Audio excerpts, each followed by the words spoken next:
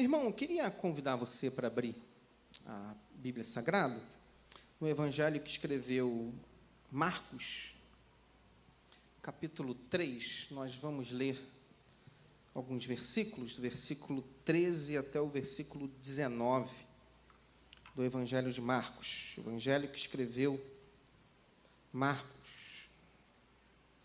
Enquanto a gente abre a Bíblia, deixa eu conhecer você. Quem está visitando a gente nessa noite? Não é membro aqui da igreja, mas está com a gente aqui. Olha ali, gente. Deus abençoe muito a senhora. Deus abençoe vocês aí. Deus abençoe muito vocês. Que bom que vocês escolheram estar conosco aqui. Vocês são muito bem-vindos aqui. Que Deus abençoe muito vocês. Evangelho de Marcos, capítulo 3, versículo 13 até o versículo 19.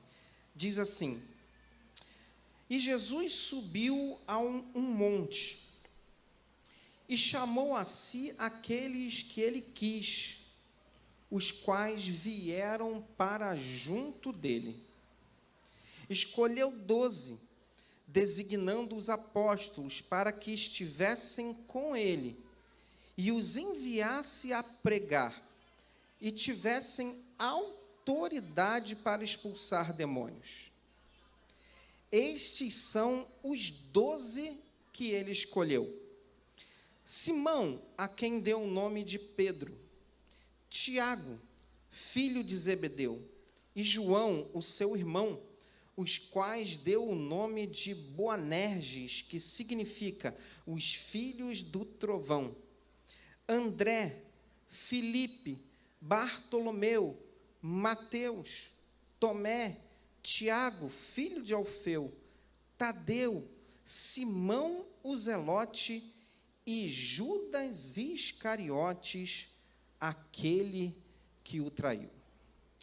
Meus irmãos, nós estamos lendo o Evangelho de Marcos, e o Evangelho de Marcos eu tenho meditado nele nas minhas meditações diárias, eu tenho me dedicado à leitura do Evangelho de Marcos. Como eu falei pela manhã, o Evangelho de Marcos é um texto muito especial. O evangelista Marcos, ao escrever esse texto, ele é o primeiro evangelho a ser escrito. A tradição aponta que Marcos foi o primeiro evangelho a ser escrito, tendo Mateus e Lucas, que compõem os evangelhos sinóticos, terem bebido nessa primeira fonte que é Marcos. Marcos, então, a gente acaba imaginando, né, irmãos, de que porque o Novo Testamento começa com Mateus, Marcos, Lucas e João, a gente tem uma ideia de que todos os livros do Novo Testamento eles estão sendo organizados numa ordem cronológica. Mas isso não é verdade. O Evangelho de Marcos, na verdade, está sendo escrito muito tempo depois. Os evangelhos que nós temos registrado aqui na Bíblia Sagrada estão sendo escritos, inclusive, depois das cartas que nós vemos. Que temos ali as cartas de Paulo, carta de Pedro, e o Marcos foi o primeiro a escrever. E a tradição vai apontar que Marcos está escrevendo esse evangelho para os gentios que estão em Roma. Isso tem uma razão de ser. A tradição vai apontar que Marcos, quando está escrevendo esse texto, o que ele está querendo fazer é preservar a tradição oral. Porque no começo, na igreja primitiva, nós não temos esse texto que nós temos hoje, registrado na Bíblia Sagrada. O que nós temos, na verdade, é o Evangelho, a vida de Jesus, as histórias de Jesus, sendo compartilhadas boca a boca, e principalmente pelos apóstolos. Pedro está narrando, aqueles que viveram com Jesus estão narrando as suas experiências com ele, e Marcos, então, está anotando, registrando uma forma de preservar essa tradição oral. Ele não queria que isso se perdesse. Marcos está registrando isso, e a tradição diz que ele está fazendo isso em Roma. E não é sem razão que o Evangelho de Marcos ele é um pouquinho diferente de Mateus e de Lucas. Quando nós lemos o Evangelho de Marcos, nós percebemos Jesus num grande movimento. Não sei se você já leu Marcos e depois leu Mateus, fez ao contrário, ou leu Mateus e depois leu o Evangelho de Marcos, você vai perceber Jesus se movimentando muito rápido no Evangelho de Marcos. Marcos conta a história de Jesus e Jesus está sempre mudando de cidade em cidade. Ele está se mudando no lugar, como se estivesse se locomovendo muito rápido, e cada lugar que ele chega, ele ensina, cura, liberta, expulsa demônio. É um Jesus em movimento no Evangelho de Marcos que nós encontramos.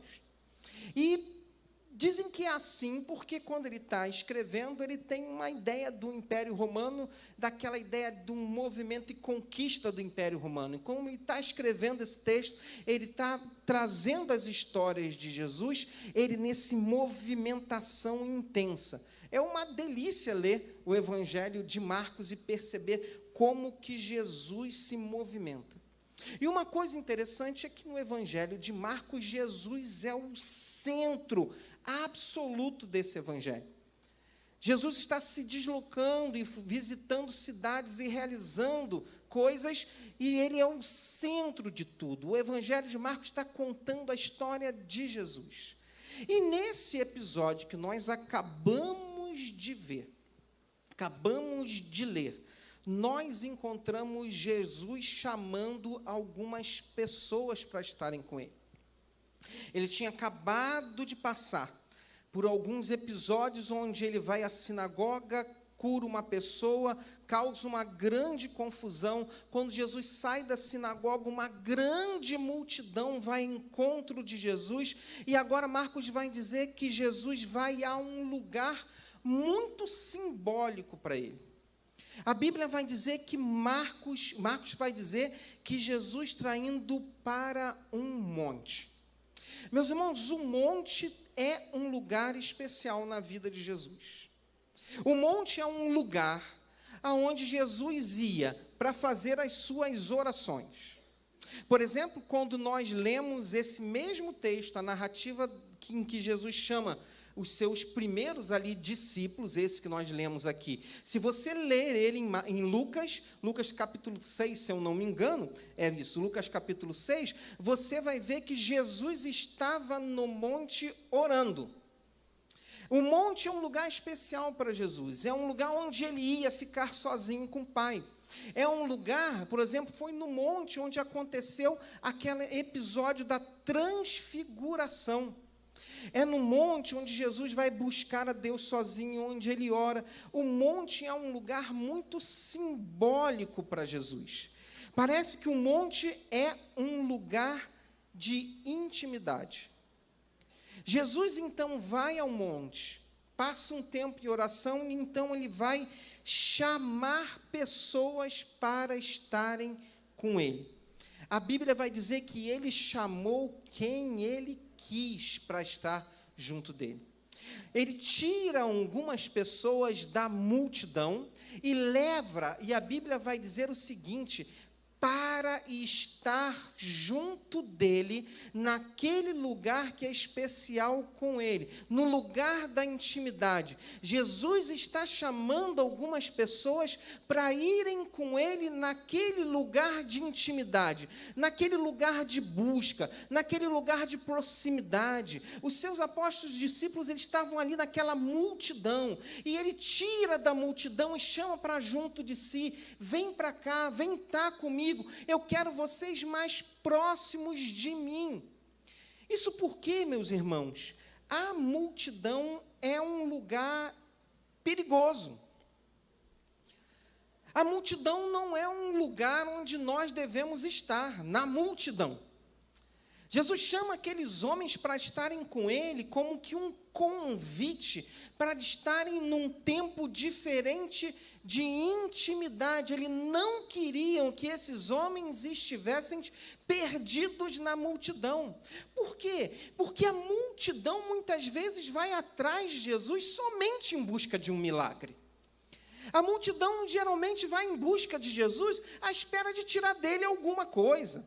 A multidão às vezes se aproxima de Jesus esperando que Deus abra uma porta de emprego, que cure alguma coisa, e às vezes vai. E aconteceu assim na multiplicação de pães, não é verdade? Uma grande multidão ia atrás atrás de Jesus. A multidão, às vezes, vai atrás de Jesus à espera somente daquilo que ele pode fazer, com aquele interesse de mudar um quadro, mudar uma situação, ser abençoada, ter uma resposta qualquer. E a multidão, muitas vezes, quando Jesus faz, muitas vezes a multidão abandona. Muitas vezes, quando Jesus não faz, a multidão também abandona. Por isso, a multidão é um lugar perigoso para nós, para mim e para você.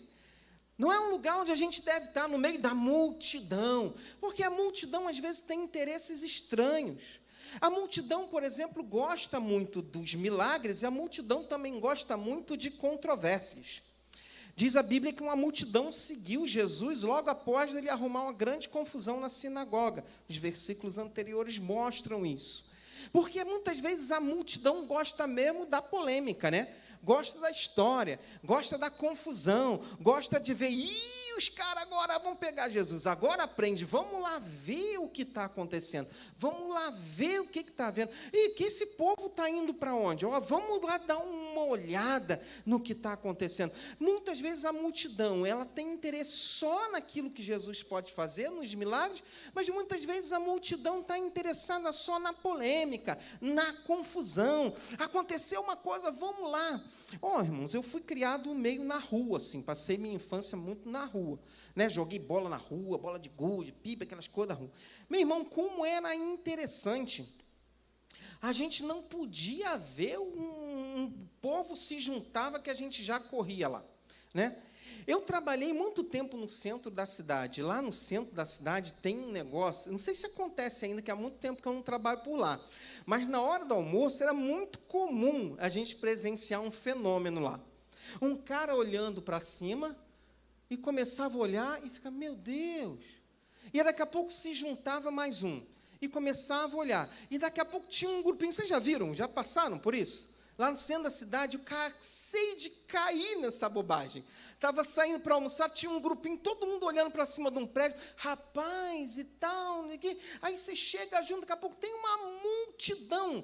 E aí, o que está acontecendo? Não está acontecendo nada, não tem nada. Um cara começou a olhar para cima, e você está vendo lá? E aí, daqui a pouco, o cara que está do lado, né, começa até a ver coisa que não existe. Está vendo? Tem um cara que vai se jogar, tem ninguém, está lá, que a multidão gosta desse negócio, às vezes se junta com Jesus, né? E quer ver assim, o que vai acontecer? Ele acabou de curar um cara, e vai descurar, duvido.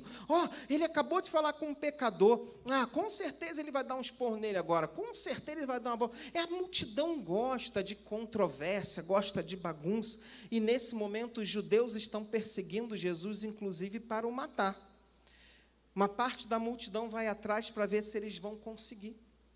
A multidão, ela gosta dos milagres, elas gostam das controvérsias, a multidão gosta muito de uma bênção sem compromisso, não é verdade? A multidão gosta muito de ser abençoada. É aquela galera, não, eu quero muito a bênção de Deus, e quando Jesus chama para ser discípulo, não, eu acho que eu vou ali. Tem umas histórias engraçadas na Bíblia, né? Que ele vai contar uma parábola que um homem rico deu uma festa e mandou chamar todo mundo. Aí as pessoas falam, não, que é o seguinte, eu tenho que ali enterrar minha família, eu comprei uma junta de boi, eu tenho umas coisas para fazer. Às vezes a multidão quer a bênção, mas ela não quer compromisso nenhum. A multidão é um lugar perigoso para estar. Porque, às vezes, a multidão só quer os milagres, a multidão só quer as controvérsias, a multidão só quer a bênção sem nenhum compromisso. Na hora que Jesus chama, vem e me segue, não, peraí um pouquinho, eu não vou agora não, mas eu vou. Eu vou. Como eu já ouvi de gente seguinte, né? Chega, olha, eu não vou porque Jesus ainda não me tocou. Na verdade, o que ela está querendo dizer é o seguinte, não, tem tanta coisa legal para fazer, e eu tenho a sensação de que se eu for para Jesus agora, essas coisas legais eu não vou conseguir fazer, então vai adiando, eu vou depois. Mas Jesus olha para aqueles homens, ele está num monte, ele está num lugar de intimidade com o Pai, ele está num lugar onde ele ia buscar o Pai. Nós encontramos na narrativa bíblica diversos textos em que Jesus acorda cedo e vai para esse lugar de oração para ficar sozinho com o Pai. Por exemplo, o monte significa um lugar de intimidade, um lugar onde se fala e se ouve, um lugar onde Deus ministra o coração, um lugar onde se está tranquilo, mas aonde se recebe revelação. Por exemplo, no Monte da Transfiguração acontece algo extraordinário. Um monte. Eles chamam esses discípulos para estarem junto dele. É muito interessante essa ideia. É como se no meio da multidão Jesus chamasse pessoas para dizer o seguinte: não, vem para cá. Vem para cá, vem estar mais junto, vem estar mais íntimo. Eu quero falar com vocês coisas que a multidão não vai entender. Eu quero compartilhar com vocês sonhos que a multidão não entende. Eu quero compartilhar com vocês uma vida que muita gente não está vivendo. Ele chama esses homens aqui para um processo de intimidade. Por quê? Irmãos, é na intimidade do relacionamento com Jesus em que o caráter é transformado, que a vida é transformada. Não é à toa que Jesus, quando fala de oração, ele vai dizer: olha, entra no teu quarto, fecha a tua porta e fala com teu Pai que te vê o que? Em secreto. Parece que a multidão, muitas vezes, são vozes demais, ideias demais, palavras demais, sugestões demais, teorias demais. É muita gente falando, é muita gente empurrando, muita gente tentando convencer. Jesus está dizendo: não, vem cá, vem para estar mais perto de mim, porque na intimidade com Jesus é onde a nossa vida é transformada, não é na multidão. E a Bíblia vai dizer que chamou para estarem junto dele, porque depois ele vai mandar esses discípulos para um outro lugar.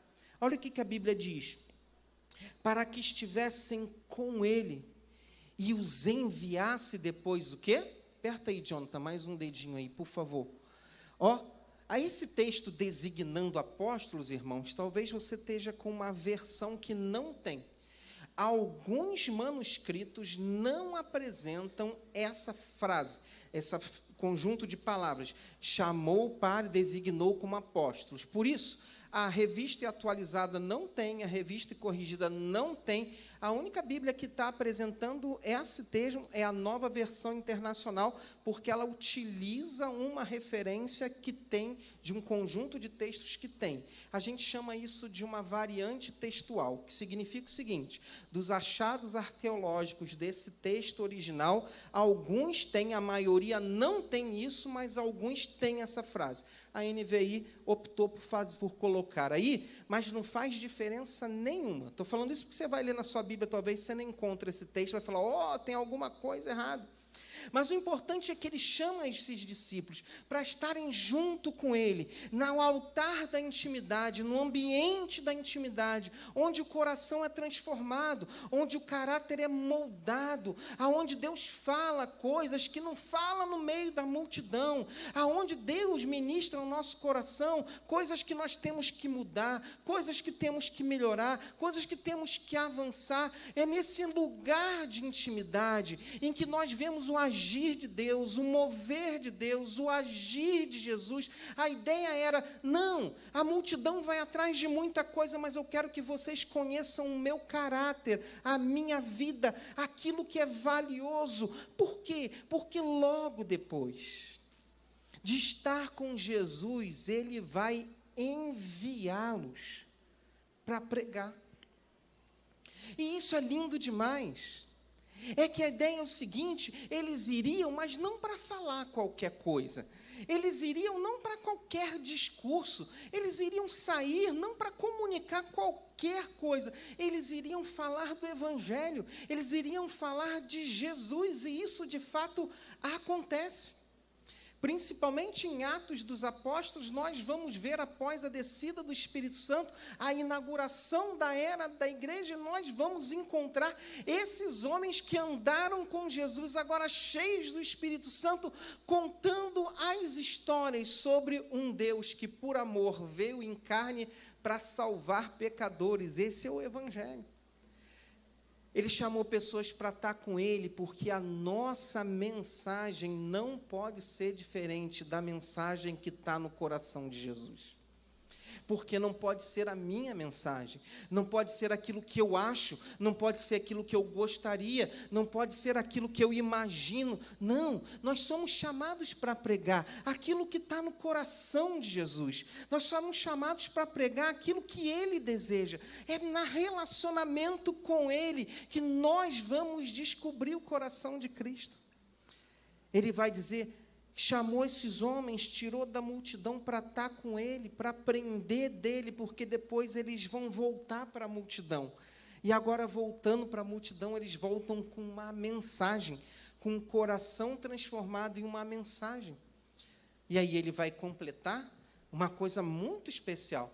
Eles são mandados para pregar, mas eles são mandados com poder.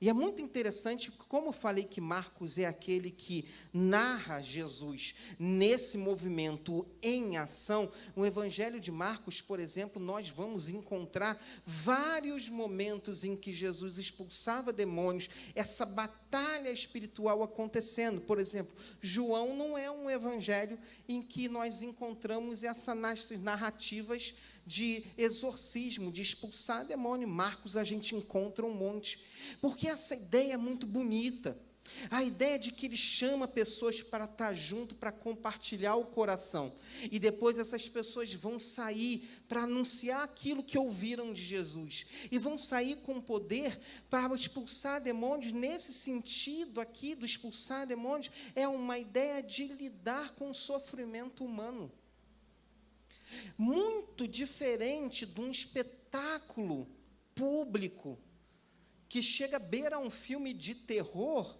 Essa ideia de expulsar demônios não é um espetáculo público, na verdade é uma grande manifestação de amor.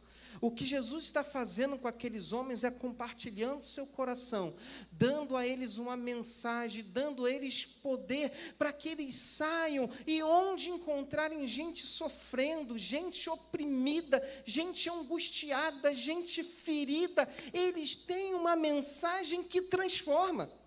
A ideia de Jesus nunca foi que ele chegasse lá e ficasse expulsando demônio. Filma aí, conversa com ele, qual é seu nome, sobrenome, me diz o teu CPF, demônio, você veio da onde, é filho de quem? Isso é besteira. A ideia é que esses homens cheios de compaixão, de amor por Jesus, eles saem com uma mensagem e vêm aliviar o sofrimento das pessoas.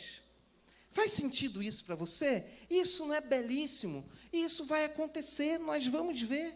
Porque essa manifestação de poder é uma manifestação de amor. Mas sabe o que é muito interessante desse chamar para perto? É o time que ele escolheu. Esse chamar para perto, eu não sei, mas talvez se eu fosse incumbido de ter uma listagem, eu jamais ia escalar um time com essa galera. Se eu fosse escolher uma galera para estar perto, para compartilhar a vida, talvez eu fosse usar outros critérios. Mas o time de Jesus, o grupo de Jesus, as pessoas que ele chama para sair da multidão, são pessoas improváveis. São pessoas com histórias muito esquisitas. Por exemplo, você encontra o Pedro lá, né? Gente, Pedro é uma bênção, meu irmão. Pedro, ele é um homem calmo, temperamento suave, um homem educadíssimo. Pedro é um pescador, mas dos pescadores ele é um cara mais equilibrado que tem, irmãos, não é verdade? Pedro é desse tipo. Pedro é o cara que até na conversa com Jesus ele é delicado, né? Jesus quer lavar o pé de Pedro, ele fala assim, de jeito nenhum, mas não lava de jeito nenhum. Jesus tem que olhar para ele e dizer assim, se eu não lavar o seu pé, você não tem parte comigo. Como é que termina? Pedro, o temperado, ele diz assim, então dá banho inteiro. Aí Jesus olha para ele, meu Deus, não entende nada. Eu falei que ia lavar o pé, você não quer deixar, agora quer tomar banho inteiro. Pedro é aquele que vê, vai na multidão ali, pessoal, Jesus vai ser traído. Pedro é aquele cara que arranca a espada, arranca a orelha. Pedro, o temperado, um exemplo de cristão, um exemplo de mansidão, de tranquilidade. Pedro também é um exemplo de coragem. Eu chamaria Pedro, eu tendo consciência e sabedoria e o conhecimento, a presciência de toda a história, eu chamaria Pedro, porque Pedro vira para Jesus e ele diz assim, Jesus, eu quero fazer uma declaração pública aqui, meu testemunho público de fé, está gravando? Filma aí, pega o celular, eu quero dizer para você, Jesus, que eu estou fechado contigo, onde tu for eu vou. Nós somos assim, unha e carne, eu não vou te largar nunca, o pau pode comer à vontade, o bicho pode pegar, a perseguição vai estancar e vão me encontrar do teu lado. Pedro é aquele que ouve de Jesus, Pedro, tu não sabe nem o que você está falando. Ainda hoje, o galo vai cantar 3 vezes, e 3 vezes, quando perguntar se me conhece, você vai dizer, nunca vi. Não. E é isso que acontece. Quando Jesus é traído e está levando para aquele momento que é super doloroso, as pessoas perguntam, você não é aquele que estava com ele? E Pedro diz assim, quem? Eu? Não, sei quem é, nunca vi. Olha quem Jesus escolhe. Um homem desse. Jesus escolhe 2 caras, Tiago e João. É interessante que eles são chamados de os filhos do trovão. Hein? Esses aí eu acho que eu chamava mesmo. Galera que tem um apelido desse, que é Jesus que dá o nome a eles, né? Os filhos do trovão. O que tu acha, Irani? Esse é bom, né? Hein? É melhor o filho do trovão do que o filho da garoa, né? Aquele cara meio, né, que não molha nada, aquele cara, filho do trovão. É muito interessante que nós vamos encontrar lá na frente esses 2 filhos do trovão, 2 caras que Jesus escolheu para caminhar com ele. Esses 2 caras viram para Jesus e falam com ele assim, ó, eles confundem intimidade com falta de visão. Deus deu a ele intimidade, Jesus deu intimidade com eles para conhecer o coração. Mas olha, o processo de intimidade é um processo que exige tempo. Conhecimento do coração de Jesus exige tempo. Nós vamos encontrar o Tiago e João lá na frente, que são irmãos, eles pegando Jesus e falando assim, Jesus, deixa eu falar uma coisa com você. Jesus, pode falar, nós temos um sonho. E a gente queria, a Bíblia diz assim, que ele diz assim para Jesus, nós queremos uma coisa, queremos que o Senhor faça uma coisa, olha que bonito. Aí Jesus diz, o que você quer, meu filho? Esses caras estão caminhando com Jesus, ele diz assim, é que no último dia, lá, na glória, nós queríamos aparecer na foto, um do lado e o outro do outro. A gente queria estar do ladinho na foto. Jesus olha para ele e diz assim, meu filho, vocês não sabem nem que estão pedindo, vocês não podem comer a comida que eu tenho para comer. O que ele está querendo dizer é que ele ia passar pela cruz e que aqueles meninos aí não estavam preparados ainda para dar vida. Eles precisavam ser cheios do Espírito Santo, mas estavam lá. Olha o time de Jesus. E vai caminhar com um monte, tem o Mateus, o cara cobrador de impostos. Você ia querer um cara desse do seu lado, com certeza, né? Cobrador de imposto, o cara mais bem falado da comunidade já está do lado. E aí tem um tal de Simão, o Zelote. Gente, o Simão é maravilhoso. Você sabe quem é um Zelote? Hein? Um Zelote, meu irmão, é um cara que faz parte de um grupo, de uma facção, que essa facção é responsável por todos os problemas que o Império Romano tiveram com os judeus. Eles eram o grupo armado dos judeus. Sempre quando o pau comia, onde que estava tribulação, violência, guerra, matar, que grupo estava lá? Os zelotes. Ó, quem está no grupo de Jesus, Simão, o zelote. Eu fico imaginando Pedro e Simão junto, né? Olha o que tramava os dois assim, rapaz, tô com uma, vamos pegar aquele ali, vamos pegar logo, Pedro, pega a espada aí, pega a espada. Esse é o time de Jesus, todos improváveis, sem habilidades específicas, com histórias marcadas aí por erros, histórias como a minha, como a sua, mas eles foram transformados, irmãos. A grande ideia é o seguinte: eles não eram homens perfeitos, e nem se tornaram homens perfeitos. Pedro, Tiago, João, estão muito longe de serem perfeitos, mas eles foram sim transformados em seu coração pelo fato de não estarem mais na multidão, mas estarem próximos de Jesus. Eles se tornam família de Jesus, família imperfeita. Sabe o que é interessante, irmãos? É que nós, assim como esses homens, nós também não fomos chamados para viver na multidão. Não naquela multidão que quer as bênçãos sem compromisso, que querem ver os milagres somente, ou naqueles que estão esperando uma confusão para ver o que vai acontecer. Ainda hoje, Jesus está chamando a gente para subir ao monte com Ele, o monte da intimidade, o monte do relacionamento, o monte onde Ele ministra ao nosso coração. Ninguém vai conhecer o coração de Cristo, nem como Paulo fala, ter a mente de Cristo se tiver a mente da multidão. Não somos a multidão, nós andamos na multidão, mas nós somos chamados para ser aqueles que estão andando em intimidade com Jesus. É interessante que a história vai continuar. Esse capítulo 3, ele é muito interessante. Vai chegar lá na frente, Jesus ele vai entrar numa casa. E quando Jesus está nessa casa, e eu digo que Jesus arruma muito confusão. Quando Jesus está nessa casa, a família de Jesus vai lá. Mães e irmãos, família de carne de Jesus, vai lá. E a Bíblia diz, está na narrativa, verso 33 e 37 do capítulo 3, que a família de Jesus vai lá, quer tirar Jesus de dentro da casa, achando o seguinte: a mensagem dele está causando confusão, ele está meio que envergonhando a gente, porque a família carnal de Jesus, na verdade, elas vão se converter lá na frente, bem depois. Eles querem tirar Jesus, e aí os discípulos falam para ele o seguinte: Jesus, a sua família está aqui te chamando. Olha que coisa linda, gente.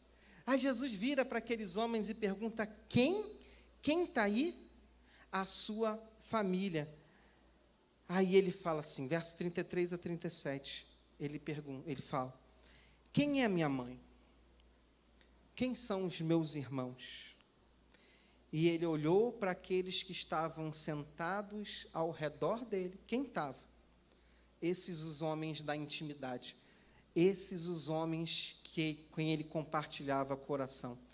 E ele vai dizer o seguinte: olhou para os que estavam assentados ao seu redor e disse: estão aqui a minha mãe, estão aqui os meus irmãos, está aqui a minha família, porque quem faz a vontade de Deus, esse é o meu irmão, esse é a minha irmã, essa é a minha mãe. O que ele está dizendo é o seguinte: minha família são aqueles com quem eu tenho intimidade e compartilho o meu coração.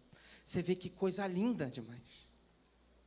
Família, porque nós não somos chamados para multidão, nós somos chamados para intimidade, nós somos chamados para proximidade, nós somos chamados para estar com Jesus. Pastor, por que numa noite você está falando isso, sobre ser família de Jesus, sobre intimidade com Ele? Porque a ceia do Senhor é a ceia de Jesus com sua família. A ceia, esse memorial, ele tem tudo a ver. A ceia não é a ceia da multidão, ela é a ceia de Jesus e seus discípulos, porque no final do Evangelho de Marcos, antes da sua crucificação, nós vamos encontrar o texto que nos baseia para a ceia do Senhor que realizamos hoje. Jesus manda seus discípulos prepararem a sua última Páscoa, e ele está sentado com quem? Com esses caras, sentado na mesa, dividindo o pão, compartilhando o cálice, com quem? Com quem tem intimidade com ele, com quem nasceu de novo, com quem se converteu, foi convertido, com quem é família dele agora. Esse momento que nós vamos participar, ele é muito mais do que um momento simbólico quando a gente come um pão e toma um cálice.Esse é um encontro. Nós estamos nessa noite aqui para um encontro de Jesus com os seus próximos, com aquele gente que está compartilhando o coração, com os seus irmãos, com os filhos de Deus, com aqueles que nasceram de novo, com aqueles que estão vivendo com Jesus. É a ceia dos amigos de Jesus. Deixa eu falar uma coisa para você, e é isso que eu falo para mim. A ceia não é excludente, na verdade, ela é a ceia da família. Nós somos chamados, não para fazer parte de uma grande multidão que acha Jesus um cara legal. Nós não somos chamados a fazer parte de uma grande multidão num país como o Brasil, que é um país cristão, em que nós não temos de forma alguma perseguição aqui. Isso é uma bobagem, sou perseguido, não é nada, isso não é perseguição, né? Nós não somos chamados para fazer parte de uma religião que é muito atraente, que é a religião do presidente, da mulher do presidente, ou do não sei quem, ou do não sei quem. Às vezes a gente fica fascinado com isso, olha, o cristianismo, não é nada disso, gente, não é nada disso. Isso tudo é multidão, isso tudo é gente sem intimidade, isso é tudo gente sem vida com Ele, é gente sem ouvir Jesus, sem se debruçar diante de Jesus, sem ouvir dele suas repreensões, sem ser tocado com o seu amor, sem ser alcançado com o seu poder. A multidão não quer sair para pregar, gente.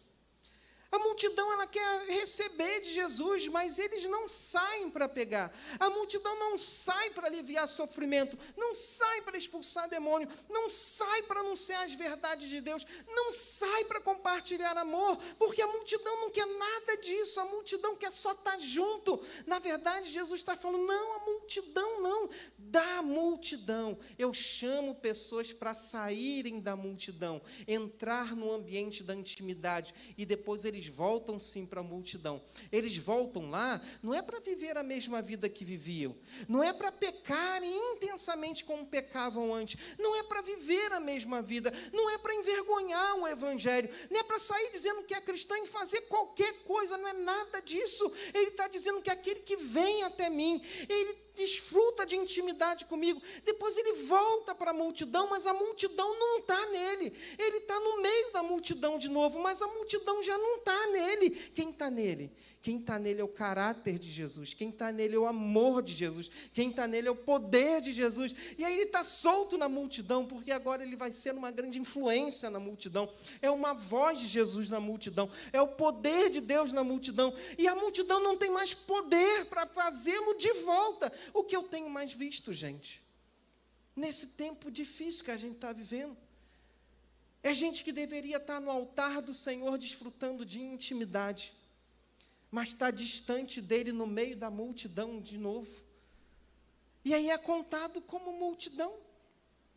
Não vive para Jesus, não serve para Jesus, não age como Jesus agiria. Gente que foi chamado para a intimidade, mas que abriu mão da intimidade para viver a mesma vida que viveu a vida toda.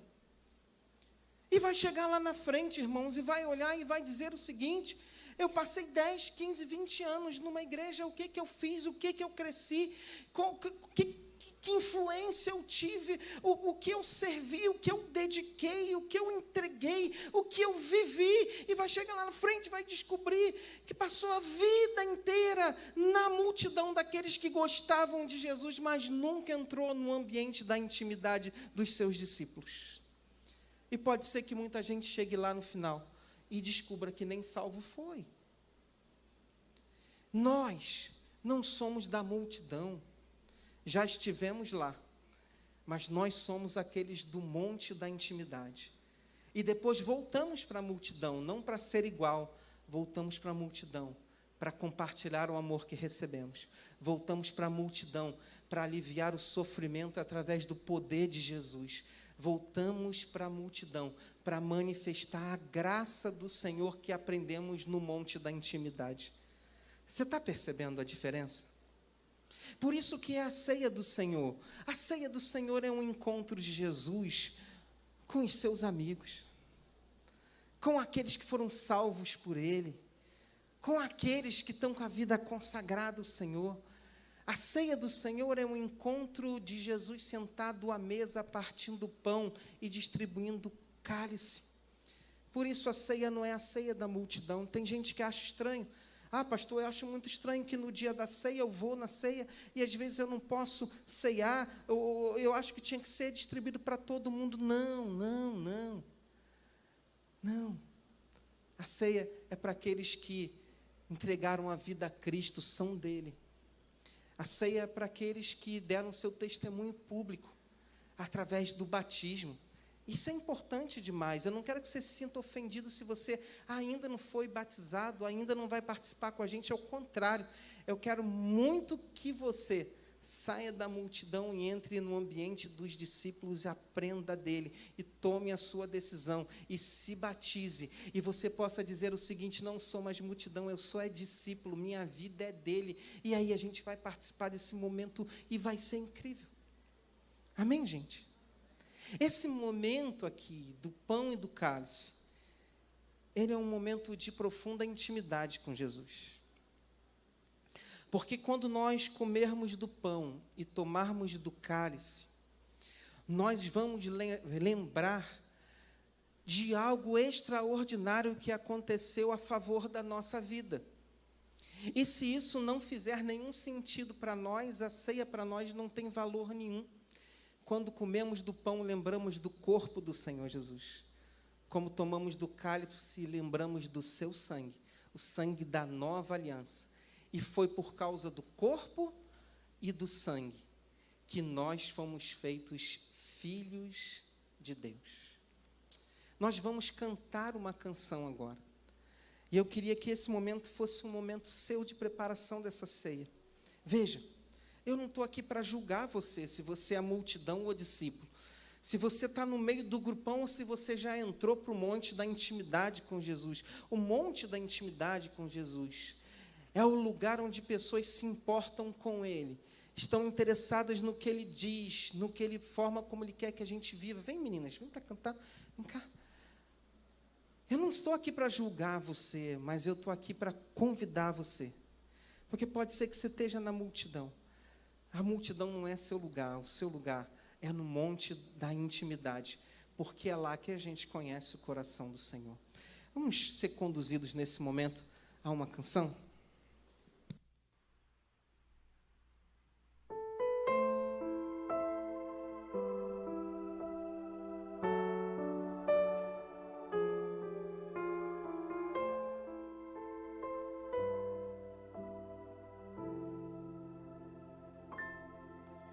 Pela via dolorosa em Jerusalém se viu os soldados conduzindo meu Jesus,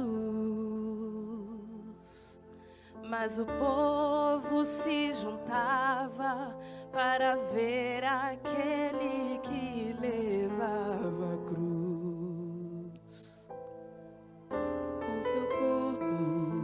Ferido e marcado pela dor, a coroa de espinhos viu então, mas ouvia a cada passo e escárnios a ferir-lhe o coração. Pela via dolorosa a sofrer terrível dor, como ovelha veio Cristo, Rei e Senhor. Mas quanto amor Jesus mostrou, morrendo ali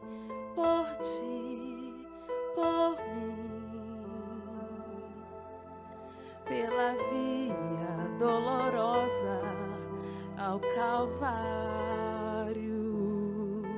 segue enfim.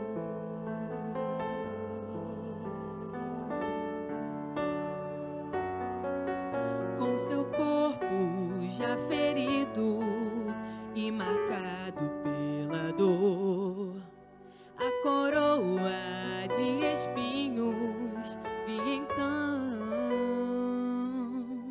mas ouvia a cada passo e escárnios aferir-lhe o coração.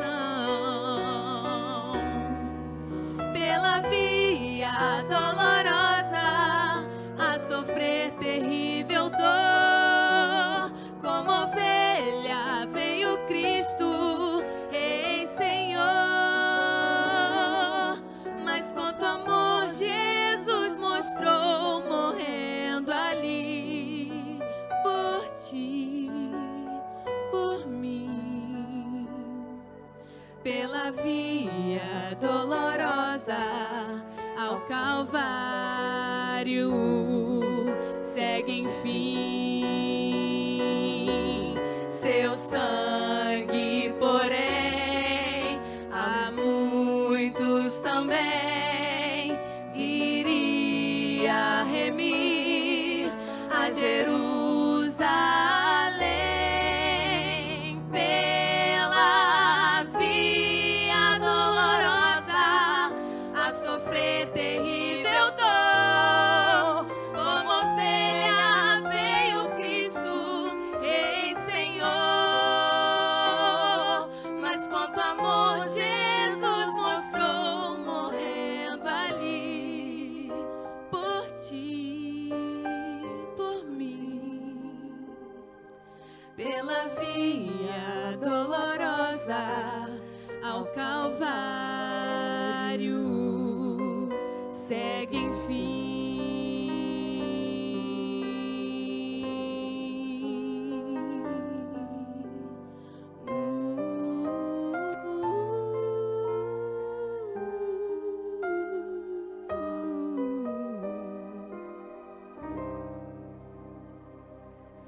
Aleluia, louvado seja Deus. Meus irmãos, tudo isso que Jesus fez foi por amor a nós. Tudo por amor a nós.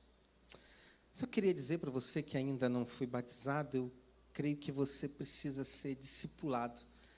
Eu creio que você precisa procurar um discipulador, procurar gente e falar assim: pastor, eu quero muito ser discipulado, eu quero passar pelas águas do batismo, porque eu creio que eu sou um desses que Jesus chamou para a intimidade. Eu sou um desses que foi salvo por Cristo Jesus.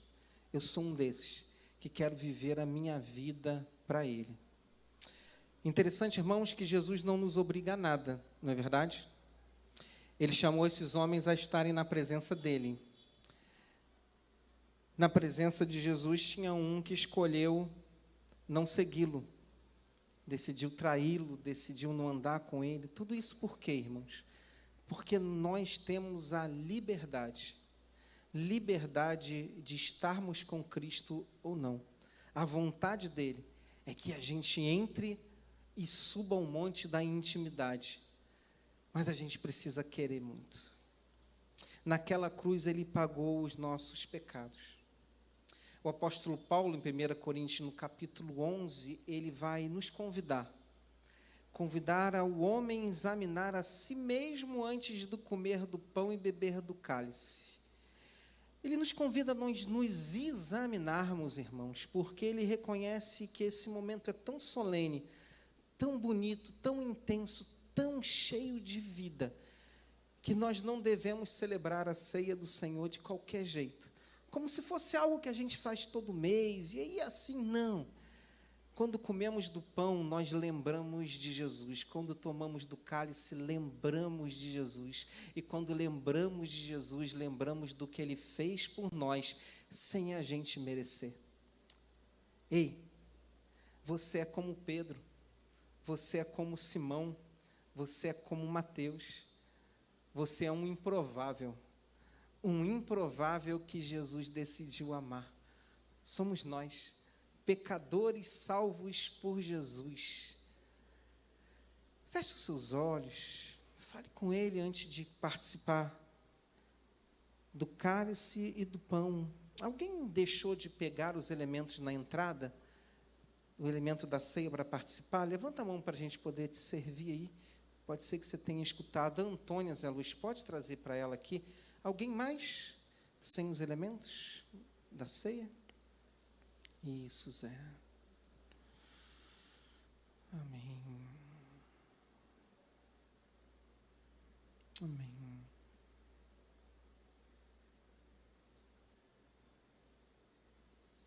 Senhor Jesus, reconhecemos que tudo que o Senhor fez por nós, teu corpo e teu sangue derramado por amor a nós. Gente improvável, gente com histórias esquisitas, gente que erra, gente que está distante demais de ter uma vida perfeita, mas gente que o Senhor salvou, e gente que o Senhor tem chamado para o monte da intimidade, porque o Senhor deseja usar gente improvável para transformar o mundo. E nesse momento que esse multidão aqui, desse grande grupo de improváveis aqui nas suas casas, improváveis que foram salvos por Cristo Jesus, vão participar da ceia, queremos lembrar que a ceia existe por causa de Jesus e do seu grande amor. E queremos agradecer por tão grande amor. Nos abençoa nesse momento, como igreja que participamos da ceia. Em nome de Jesus. Amém. Amém. Você que vai participar conosco, eu queria te convidar a você pegar o primeiro elemento, que é o pão. Tira aí, tem uma tampinha aí que protege ele. Eu queria convidar você que em memória de Jesus, em memória de tudo que ele fez, que você possa participar conosco do pão.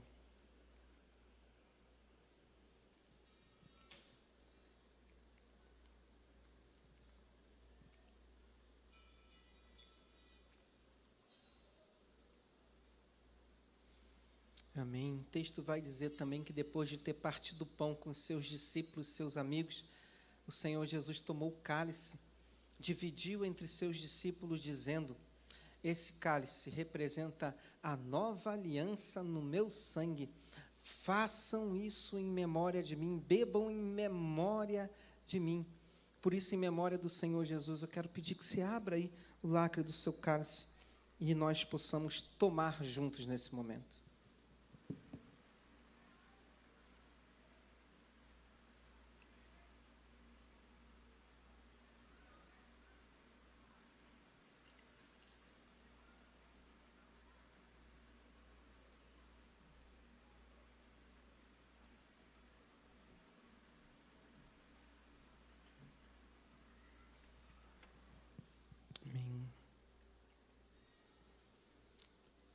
Interessante que a palavra de Deus vai dizer que na última ceia de Jesus, depois de ter dividido o pão, depois de ter tomado o cálice, a Bíblia diz que então os seus discípulos cantaram um hino e foram.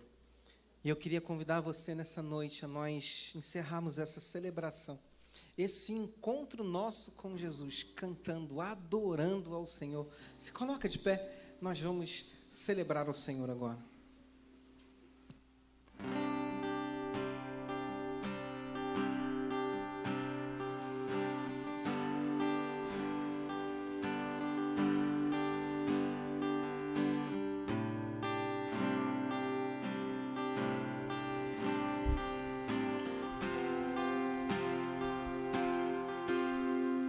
Olho para a cruz, e para a cruz eu vou, do seu sofrer participar, da sua obra vou cantar, meu Salvador.